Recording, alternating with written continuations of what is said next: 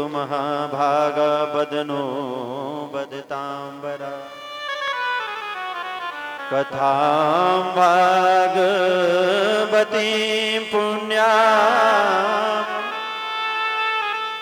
यदा भगवान शुकः।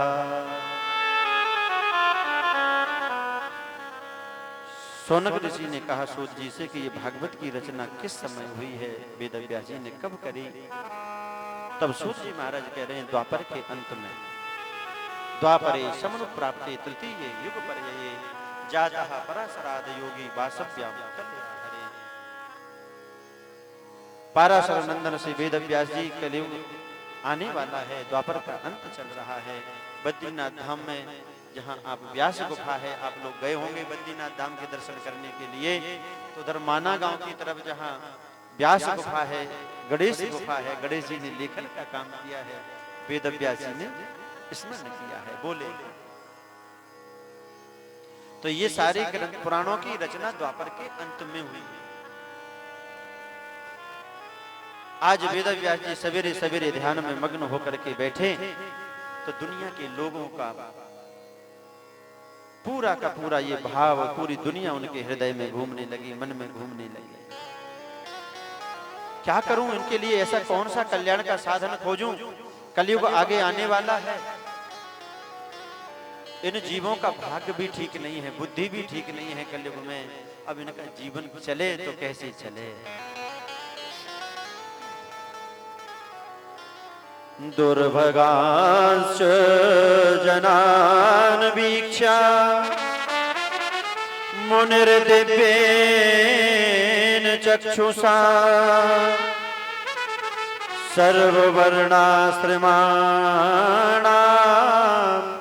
यद्दद्यो हितममोघ धृत।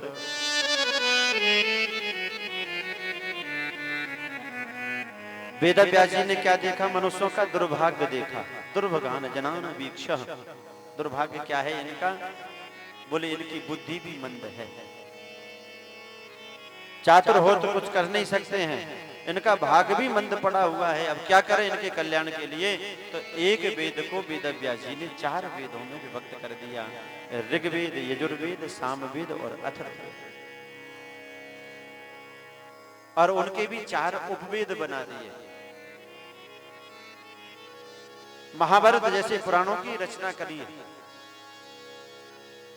अब वेदों का विस्तार करने के बाद वेद व्यास जी ने जरा विचार किया कि वेद के अधिकारी सभी लोग नहीं है, लेकिन हमें कल्याण तो सबका ही करना है। स्त्री शूद्र तुझ बंधुना त्रयीना स्तुति गोचरा। ये जो वेद है ना, वेद मंत्र जो ब्राह्मण लोग बोल के आपकी पूजा कराते हैं, ओम जज्जाग्रतो दूर मुदयति दैवंता दुसुप्तस्य तथै वैति दूरंग, ये वेद मंत्र है। तो बोले ये वेद मंत्र के अधिकारी कौन है? ब्राह्मण हैं। और वो ब्राह्मण कौन?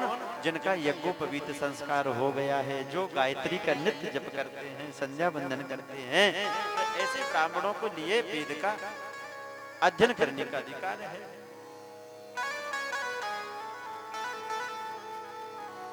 स्त्री के लिए, शूद्र के लिए, और जो द्विज नहीं है उनके लिए यह वेद ग्राह्य नहीं है, वो वेद नहीं पढ़ सकते हैं। अच्छा, वेद की भाषा बड़ी कठिन है। प्राचीन भारत हमारा इतना शिक्षित था, हम कहते हैं हम पढ़े लिखे नहीं थे, लोग कहते हैं आजकल के पढ़े लिखे। आज भगत जी हमें बता रहे थे कि कुछ आजकल के पढ़े लिखे हमसे पूछ रहे थे कि तुम कितने पढ़े लिखे। व्यक्ति जो है विशेषज्ञ हो सकता है, लेकिन सर्वज्ञ नहीं हो सकता। सर्वज्ञ तो परमात्मा है। तो आजकल के पढ़े लिखे बच्चे कहते हैं कि हमारा भारत देश पहले शिक्षित नहीं था। अरे हमारे ग्रंथ कहते हैं कि पहले प्राचीन भारत जितना शिक्षित था उसका तो 2-4 अंश भी नहीं है। उस समय वेद अध्ययन ये सब पुस्तक ग्रंथ नहीं चलते थे, न लेखनी चलती थी। उस समय गुरुजी बोलते चले जाते थे और विद्यार्थी को वो अपने आप कंठ होता चला जाता था, सब हृदयंगम हो जाता था। इतनी मेधा थी, इतनी बुद्धि तीव्र थी, लिखने की जरूरत नहीं, पढ़ने की जरूरत नहीं। गुरुजी बोलते चले जा रहे हैं आचार्य, और उस जो शिक्षा ले रहे हैं विद्यार्थी वो उसको ग्रहण करते चले जा रहे हैं। इतना उन्नत है। लेकिन कलयुग धीरे धीरे जब बढ़ा है ना, तो इसकी बुद्धि मंद पड़ती चली जा रही है। बार बार एक प्रश्न को रटाया जाता है, पढ़ाया जाता है, लेकिन बच्चा पढ़ता ही नहीं। छोटे से बच्चे को कुछ पढ़ने के लिए कहो तो नींद आ जाती है, खेलने के लिए कहो तो 1 बजे तक खेलता रहता है। अच्छी बातें सिखाने के लिए भय दिखाया जाता है और गालियां अपने आप सीख जाते हैं। बुराइयां, धोखा देना, जेब काटना, ये अपने आप सीख जाते हैं, कहीं सिखानी नहीं पड़ती।